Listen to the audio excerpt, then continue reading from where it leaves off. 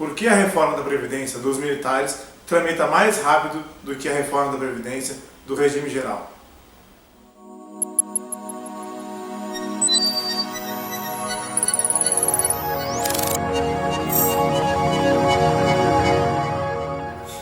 Tanto a reforma da Previdência dos militares como a reestruturação da carreira desses militares está sendo feita por projeto de lei, ou seja, não há a necessidade de se alterar a Constituição Federal, não há a necessidade de se propor uma proposta de emenda constitucional, não é preciso fazer por PEC, basta um projeto de lei, basta uma PL, no nosso caso a PL 1645 de 2019.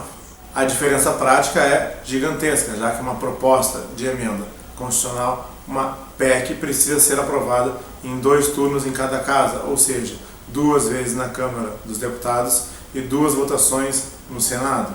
As 2 votações na Câmara e as 2 votações no Senado devem ser aprovadas por um quórum qualificado, ou seja, 3/5 dos deputados por 2 vezes devem aprovar a proposta de emenda constitucional e 3/5 dos senadores por 2 vezes devem aprovar a proposta de emenda constitucional.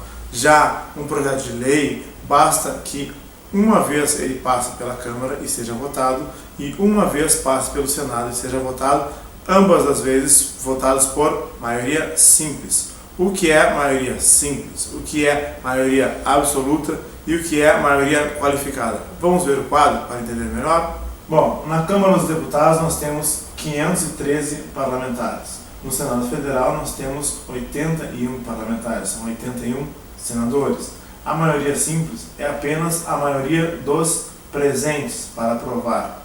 Já a maioria absoluta é a metade desses parlamentares mais um. Ou seja, na Câmara que temos 513 parlamentares, a maioria absoluta são 257. Já no Senado Federal, onde nós temos 81 senadores, a maioria absoluta são 41. Já a maioria qualificada, que nós falamos que são 3/5 para aprovação de emenda constitucional, na Câmara são necessários 308 deputados e no Senado são necessários 49, que são os 3/5 dos 513 deputados e os 3/5 dos 81 senadores.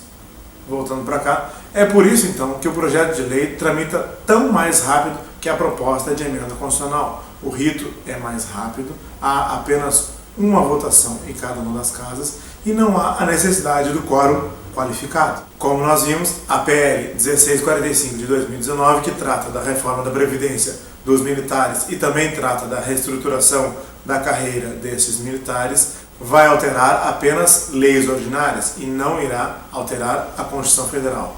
Vamos ver quais leis ordinárias serão alteradas pelo projeto de lei. Por favor. Estatuto dos Militares, Lei 6880 de 1980.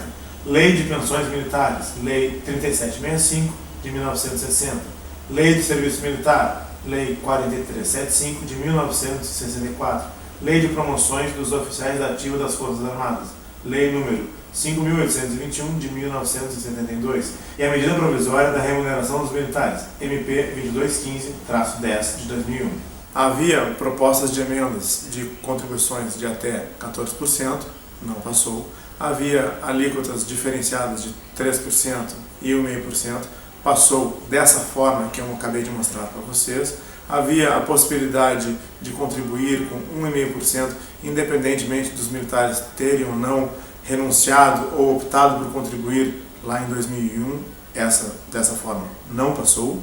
Havia uma proposta de criação de um sistema de previdência das Forças Armadas, independente do Tesouro Nacional, sendo apenas complementado pelo Tesouro Nacional, e essa proposta não passou. Havia também propostas de alíquotas muito similares àquelas do INSS e não foi adiante. E além disso, havia aquela proposta de até 60% dos salários, dos últimos salários percebidos pelo militar, também não foi adiante. Esse foi o vídeo de hoje. Propague essa ideia.